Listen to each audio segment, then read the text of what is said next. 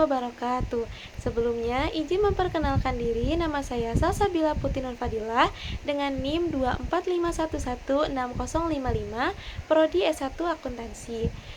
Di sini saya akan membuat video untuk memenuhi tugas mata kuliah Akuntansi Keuangan. Di sini saya akan menjelaskan materi tentang PSAK 201. Sebelumnya, apa sih yang dimaksud dengan PSAK 201 itu? PSAK 201 adalah standar akuntansi yang mengatur penyajian laporan keuangan entitas dengan tujuan untuk menyajikan informasi yang relevan, andal, dapat dibandingkan, dan mudah dipahami. PSAK 201 bertujuan untuk menciptakan kerangka kerja yang konsisten, memastikan bahwa laporan keuangan mencerminkan posisi keuangan dan kinerja entitas secara wajar. Selanjutnya, apa sih tujuan dari PSAK 201 itu? Tujuan yang pertama yaitu memberikan informasi keuangan yang berguna. Tujuan utama PSAK 201 adalah memastikan bahwa laporan keuangan menyediakan informasi yang bermanfaat bagi pengguna, terutama untuk pengambilan keputusan ekonomi seperti investasi dan pemberian kredit. Yang kedua, evaluasi kinerja entitas, baik dari sisi keuangan maupun operasional. Yang ketiga, pengawasan dan audit untuk memastikan transparansi dan akuntabilitas. Tujuan yang kedua yaitu meningkatkan transparansi dan akuntabilitas.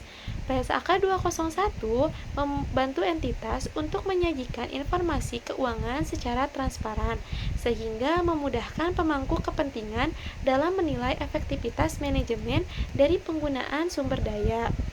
Selanjutnya, ada prinsip dasar penyajian laporan keuangan. Yang pertama yaitu basis akrual.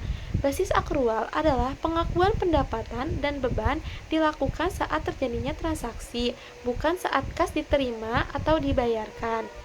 Basis akrual ini memastikan bahwa laporan keuangan mencerminkan kondisi keuangan yang sebenarnya tanpa tergantung pada arus kas.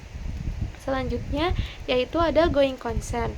Going concern adalah laporan keuangan disusun dengan asumsi bahwa entitas akan terus beroperasi dalam jangka panjang. Jika ada keraguan tentang kelangsungan usaha, hal tersebut harus diungkapkan secara jelas. Yang ketiga ada konsistensi. Konsistensi adalah metode akuntansi yang harus diterapkan secara konsisten dari periode ke periode, kecuali ada alasan yang kuat untuk melakukan perubahan. Hal ini dapat memudahkan perbandingan antar periode berjalan. Yang keempat ada materialitas. Materialitas adalah informasi yang material atau signifikan yang harus disajikan dalam laporan keuangan, sehingga tidak membingungkan pengguna dengan detail yang tidak relevan. Selanjutnya, yang terakhir ada fair presentation. Fair presentation adalah laporan keuangan yang harus mencerminkan kondisi keuangan entitas secara wajar dan bebas dari kesalahan material serta bias.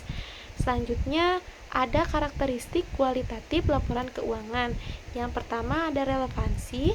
Relevansi berisi informasi dalam laporan keuangan yang harus memiliki nilai prediktif dan umpan balik, yaitu membantu pengguna dalam membuat keputusan ekonomi. Yang kedua ada keterandalan. Keterandalan adalah informasi yang harus bebas dari kesalahan material dan bias, serta mencerminkan kondisi keuangan entitas secara akurat. Yang ketiga, ada keterbandingan. Keterbandingan adalah laporan keuangan yang harus dapat dibandingkan baik antar periode maupun antar entitas, sehingga memudahkan analisis dan evaluasi. Yang keempat, ada keterpahaman. Keterpahaman yaitu informasi harus disajikan dengan cara yang jelas dan mudah dipahami oleh pengguna yang memiliki pengetahuan dasar tentang akuntansi. Selanjutnya, ada unsur-unsur laporan keuangan. Unsur-unsur laporan keuangan ada 5. Yang pertama itu aset. Aset adalah sumber daya yang dikendalikan oleh entitas sebagai akibat dari peristiwa masa lalu dan diharapkan memberikan manfaat ekonomi di masa depan. Aset dapat berupa aset lancar seperti kas piutang, dan persediaan. Yang selanjutnya ada aset tidak lancar, yaitu seperti properti, pabrik, peralatan, dan aset tak berwujud. Yang kedua ada liabilitas. Liabilitas adalah kewajiban entitas untuk menyerahkan sumber daya yang mengandung manfaat ekonomi sebagai akibat dari peristiwa masa lalu. Contohnya meliputi utang usaha, pinjaman, dan kewajiban pajak. Yang ketiga ada ekuitas. Ekuitas adalah hak residual atas aset entitas setelah dikurangi liabilitas. Komponen ekuitas meliputi modal, saldo laba, dan cadangan. Yang keempat ada pendapatan. Pendapatan adalah peningkatan manfaat ekonomi selama periode akuntansi yang mengakibatkan peningkatan ekuitas selain kontribusi dari pemilik. Selanjutnya yang terakhir ada beban. Beban adalah penurunan manfaat ekonomi selama periode akuntansi yang mengakibatkan penurunan ekuitas.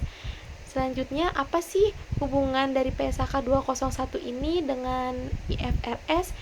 PSAK 201 dirancang agar sejalan dengan IFRS sehingga memudahkan entitas di Indonesia untuk dibandingkan secara internasional. Hal ini mencerminkan komitmen Indonesia dalam mengadopsi standar global dan memastikan transparansi serta konsistensi laporan keuangan. Nah, PSAK 201 ini juga mengatur komponen minimum yang harus disajikan. Nah, yang harus disajikannya itu yang pertama ada laporan posisi keuangan atau neraca yang menampilkan posisi aset, liabilitas, ekuitas pada akhir periode yang bertujuan untuk menggambarkan kekuatan finansial, struktur modal, dan likuiditas. Selanjutnya ada laporan laba rugi dan penghasilan komprehensif yang berisi pendapatan, beban, laba rugi, serta penghasilan komprehensif lainnya atau OCI. Nah, OCI ini dapat mencakup selisih kurs, revaluasi aset, serta keuntungan ataupun kerugian instrumen keuangan. Yang terakhir adalah laporan perubahan ekuitas yang menjelaskan perubahan modal pemilik, saldo laba, surplus, revaluasi, dan komponen ekuitas lainnya. Ada juga laporan arus kas yang itu menggunakan metode langsung atau tidak langsung yang dibagi menjadi arus kas operasi, arus kas investasi, arus kas cadangan, arus kas pendanaan. Selanjutnya ada catatan atas laporan keuangan atau CALK yang menyajikan kebijakan akuntansi dan informasi tambahan.